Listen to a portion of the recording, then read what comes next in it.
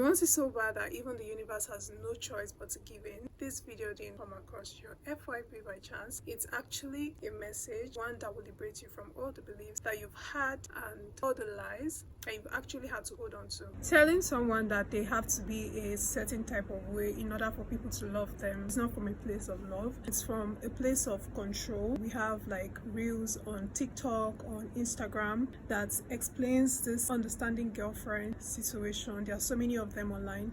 It's the same as the good girl syndrome, and they kind of mock you by calling you a good girl. It takes a good person to have the good girl syndrome, but you were actually raised that way. You're raised to always say yes to everyone. I'm going to use a workspace as an example. If you have a staff that is very good to you, have one that is just there with so many attitude and all that, you are going to expect more from the good person, not the bad one, because the bad one has kind of like set limits. You know very well not to try certain things with this type of person, but then you place so much expectations on the good one and then you kind of overwork them. In my case, it was more like reputation is everything. People would hurt me and I would have to apologize for something that they did, and it didn't make sense to me. I was angry. There was this anger within me, and that's what it is when you find yourself doing things that you don't want to do. You have this resentment within you. Be in like an open place, a place where people don't know that you actually do have this syndrome.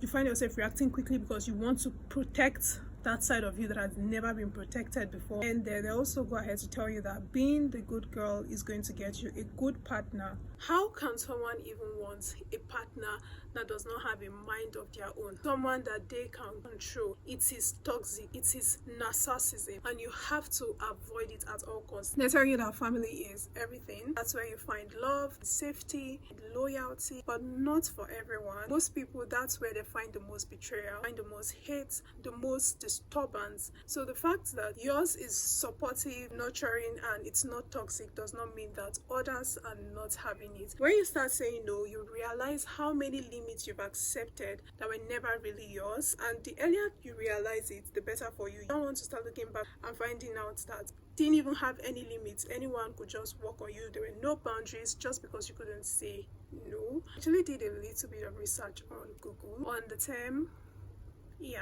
So it says it's a positive affirmation for obedient behavior. It goes further to say a condescending remark or a reference to the good girl syndrome, where individuals, often women, suppress their needs to please others. It's actually very harmful for you to put your needs below others. You help people grow fat on you, but then there was really nobody around you because you just kept on saying yes to everything and everyone, even when you were tired, even when you didn't want to. When you decide to no longer be the good girl or have this good girl syndrome, people are going to be loud. The connection you thought was hard was never really there. It was all built on obligation. People are going to be angry and you are also going to be lonely. You actually will feel lonely, but not the type that will make you ache for calls, ache for texts. It will come with peace, no guilt. It will come with longing for space. People are going to call you selfish, to call you disrespectful, to call you ungrateful. But the truth is, you just stopped being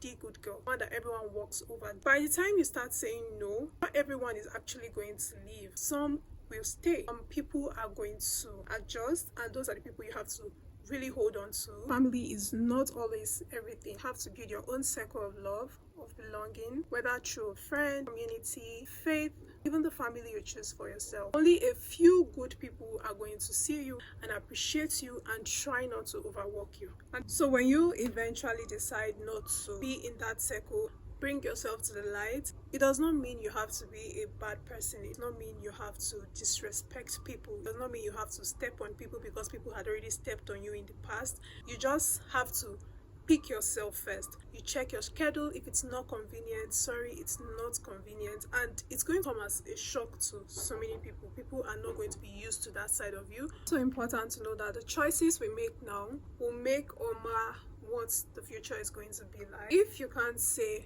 no now, you're having issues saying no to people, you are going to find yourself trapped in a world of yes, in a world of people no longer even seeking your opinion because you will do it. It becomes a new life, and that is wrong. That is not even your identity. just find yourself trapped in a forever you wish you never even started. And there's this resentment that builds in. I've been there before, and I'm saying this from experience. Since you're not fighting it, you just settle for it. When you have kids tomorrow, you find yourself projecting your anger on your kids. You find yourself pulling them back because it's like, I didn't even get to do this. So when your child starts telling you no, it becomes like a sin. It becomes like a grave sin. Like, this is something I could not do. I lived my whole life saying yes. Why would you say no? To me, you will find it hard to accept someone's no, because you also will be in that controlling life. But once you're able to free yourself from it and you're able to start saying no on time, you will be able to accept other people's beliefs, people under you, your kids, and so on. That is how you end that generational pattern of resentment, anger, and this whole thing that is wrong with my country. I would even say the continent at large, because it's very common here in this part of the world, and it's seen as culture. It's seen like it's normal, and it's more like people are not really talking about it enough in this part of the world. I know I cannot change the world, I cannot change the whole mindset, but I can change my generational line. It all starts with me. Everyone is going to write their story the way they want, and they are not going to help others write theirs and be silent forever. You're going to make a beautiful story, one that you can account for at the end of the day. You are going to stand for yourself. You are not going to say, I was helping my brother, I was helping my mom, I was helping my dad, my sibling, my friends, I was helping the church. Every man is going to stand for his or herself. I don't know what kind of situation you've been in, and I know and I believe strongly that this video resonates with you as it should. So do want to comment below where you've been trapped, if it's a family circle, if it's siblings, relationship wise, friendship wise. Do want to let me know in the comment section, and I'll see you guys in the next video. Bye.